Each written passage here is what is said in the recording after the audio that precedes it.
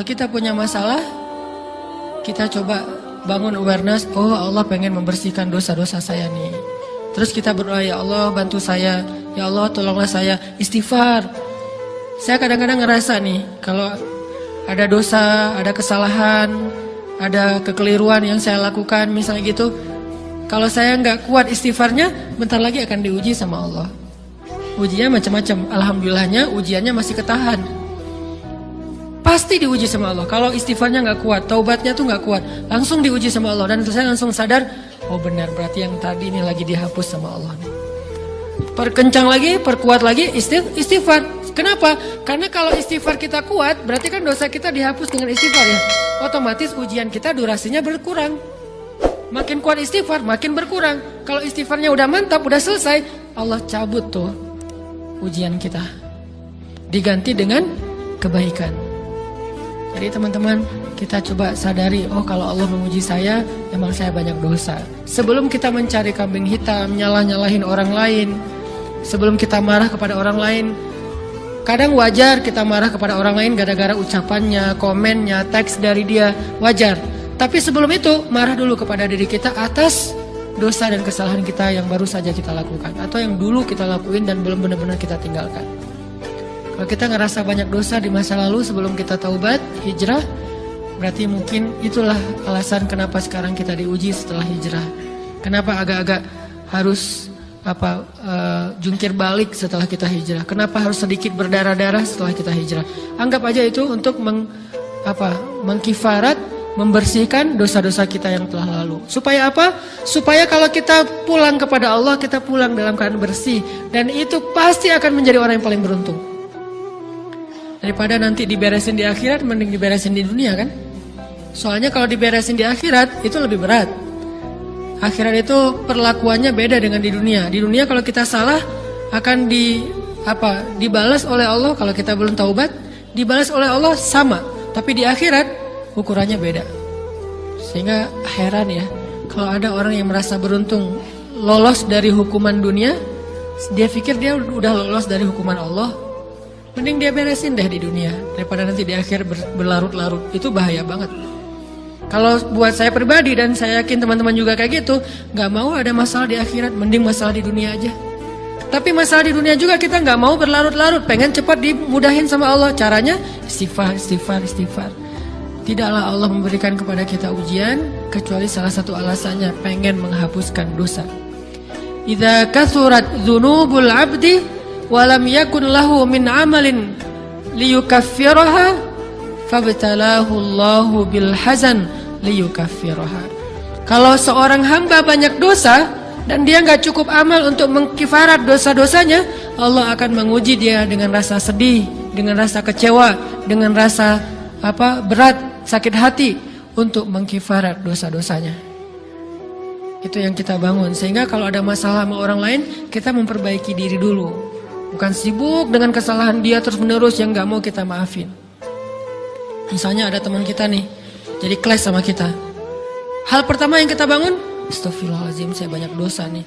Tapi kan yang salah dia, ya. Tapi mungkin dia nggak akan mengatakan kalimat itu, nggak akan bersikap kayak gitu kalau kita nggak punya dosa. Allah sengaja mengutus dia untuk menguji kita lewat kata-katanya, lewat perilakunya, karena kita punya dosa. Jadi penyebab pertama diuji itu bukan teman kita yang salah, itu penyebab kedua. Memang dia salah, dan itu harus kita akui, realistis lah. Dia salah, dia nggak pas, dia nggak bijak, dia apa? Oke. Tapi yang mentakdirkan dia salah kepada kita, Allah Subhanahu wa taala. Kenapa Allah takdirkan gitu? Karena kita masih punya banyak dosa.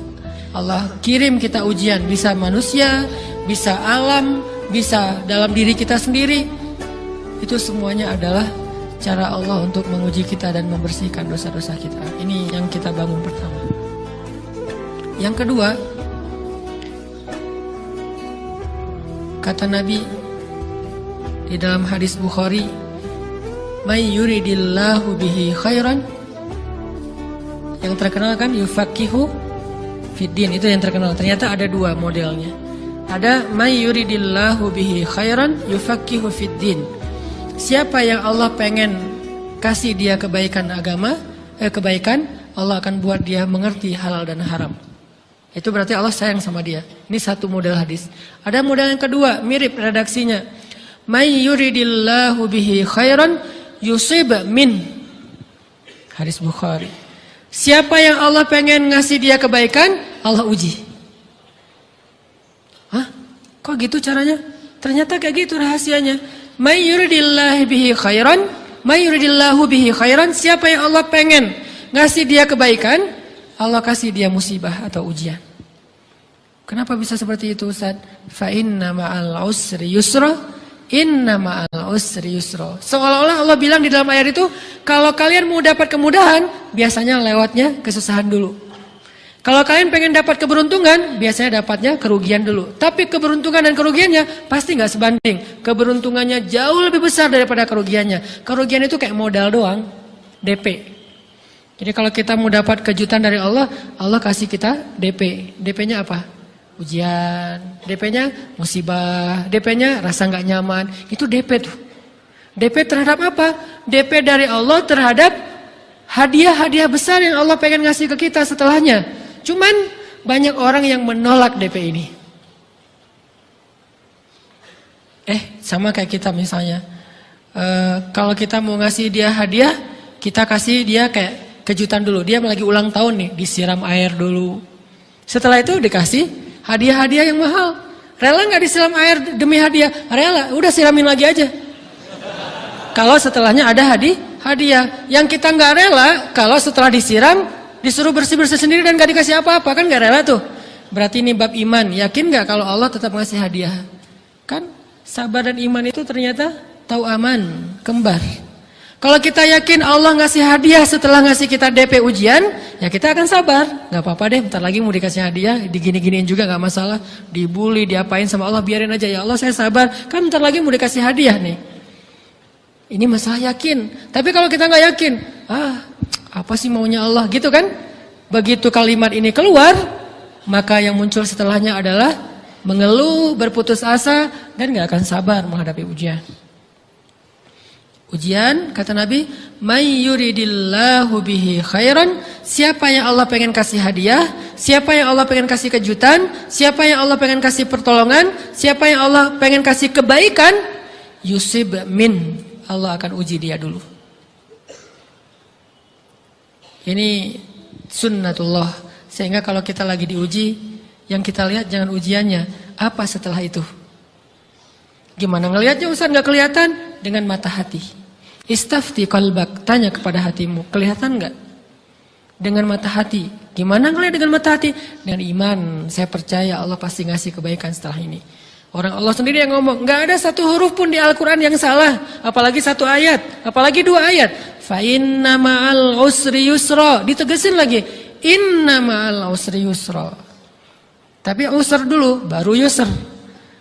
Dikasih kesusahan sedikit, dikasih kemudahan yang banyak. Dikasih kesusahan sedikit, dikasih kemudahan yang banyak. Ini yang kita coba bangun, tajdidul iman.